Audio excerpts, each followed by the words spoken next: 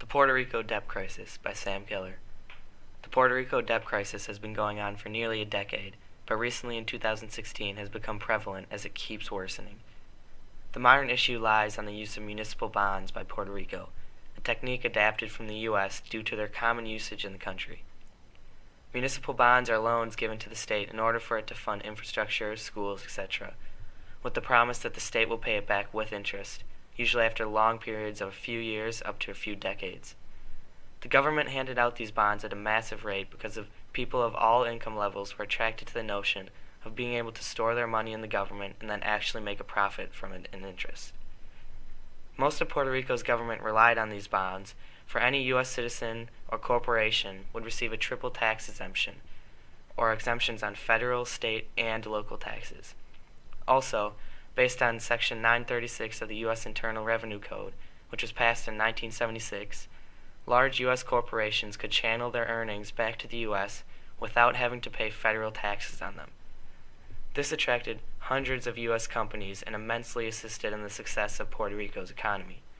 However, Section 936 expired in 2006, slowly taking the large U.S. corporations with it. Not only did these large companies serve as one of the main factors in the success of Puerto Rico's income, but it also provided hundreds of thousands of jobs, all lost as the companies left.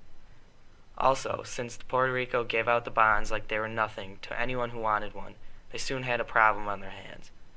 Although the bonds assisted the government in funding immediate issues, they were soon in $70 billion in debt to dozens of individual entities.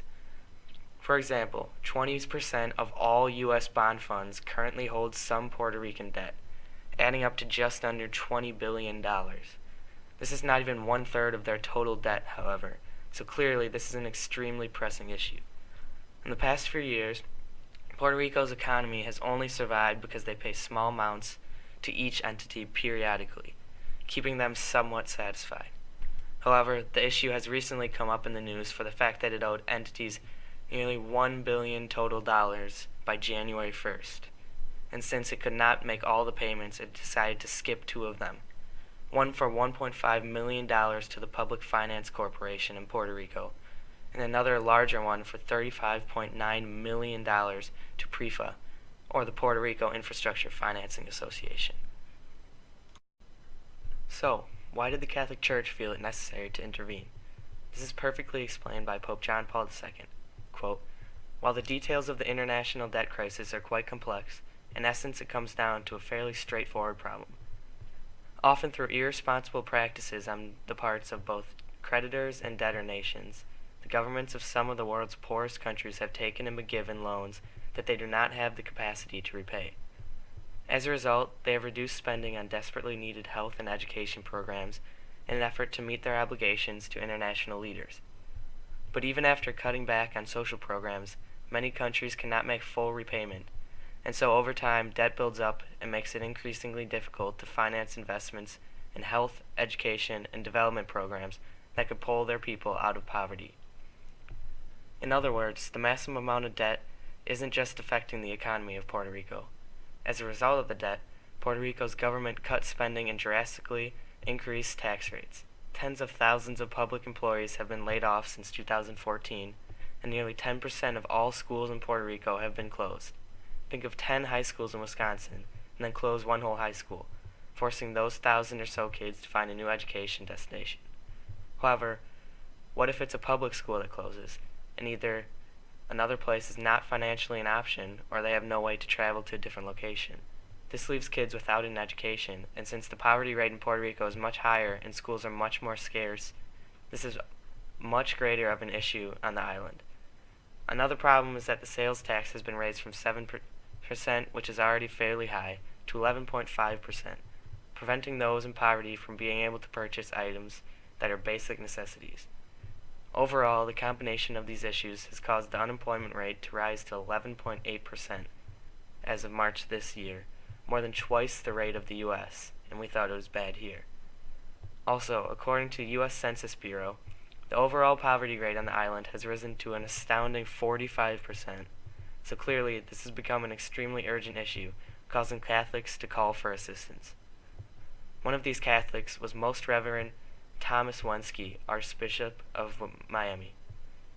He wrote the U.S. Senate in 2015 asking them to somehow assist the people of Puerto Rico, for they, quote, are suffering from painful poverty and hunger, persistent joblessness, and other social problems as a result of the financial crisis gripping the Commonwealth's economy. He also emphasized that the Puerto Rican people are not at fault for their sufferings, and that is the fault of the government. The Puerto Rican government was kind in their lending of bonds to all people, as expressed in Matthew chapter 5, verse 42.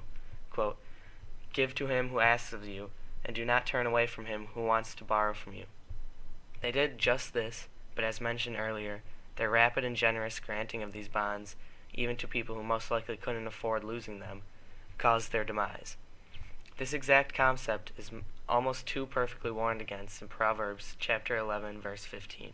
Quote, he who is a guarantor for a stranger will surely suffer from it, but he who hates being a guarantor is secure. The government should be a guarantor of basic rights to its people, and Puerto Rico's carelessness with doing so has caused the suffering that is now billions of dollars of debt and poverty and suffering of their people. Most Reverend Thomas Wensky also wrote to the U.S. Senate on May 2nd of this year. In this letter, he again begged them to help the citizens of Puerto Rico, summarized in the themes of the Catholic social teaching. First is solidarity. Reverend Wensky explains that solidarity calls for co-responsibility on the part of the debtors and the creditors in finding fair and workable solutions for that crisis. Since 20% of Puerto Rico's debt is held by U.S. bondholders, they are responsible to help resolve the issue, and therefore so is the U.S. government. He also states that even if the U.S. weren't part of the issue, solidarity calls for all who are able to take action to help those in need. The next is respect for the life and human dignity of the human person. Reverend Wensky proclaims that the Catholic Church teaches that all people are equal in God's eyes, regardless of their economic status, and the only way Puerto Rico's issue can be fixed is to create solutions that, quote, protect human life and respect human dignity, and also remain in the limits of just wages in order to help the unemployed find employment, which ultimately would help rebuild the economy. Since all people have the right to basic employment, they should all be given that opportunity, and since this is currently not the case in Puerto Rico, the U.S. needs to help make it happen. One other Catholic social teaching referenced was the call to participation. As mentioned, the large majority of Puerto Ricans did not do anything to put themselves in the current situation they're in, and Reverend Wensky argues that it is critical that people have a voice in decisions that touch their lives, and human dignity demands transparency and the right of participation. Solutions in Puerto Rico ought not to be imposed from the outside and should be sought in clear and open ways that involve the people of Puerto Rico themselves. Obviously, this is not the case at this point in time, and he calls on the U.S. government to take action. The most obvious aspect of the grata issue with the Puerto Rican debt crisis is that of being committed to justice. Marquette's definition of being committed to justice begins with, quote, developing a strong sense of the dignity and equality of all persons, which is not the case when the actions of the government are negatively affecting the citizens of their country. Another aspect of the grata not being correctly portrayed by Puerto Rico is that of being open to growth. Being open to growth means, quote, taking some intentional responsibility for one's own growth, which the U.S. government is not doing currently because they have done little to nothing to help Puerto Rico and its citizens in poverty, for they are partly to blame for the issue. In conclusion, I completely agree with Reverend Wensky, Pope John Paul II, and the Catholic Church in general's proposition for action on this issue. The U.S. government has done little to nothing to help fix this issue, and although it is more the wealthy U.S. bondholders at fault than the U.S. government, Puerto Rico is still U.S. territory. Not only this, but as mentioned by Reverend Wensky, the U.S. as a country is most definitely able to assist Puerto Rico, and therefore, based on solidarity, is obligated to do so.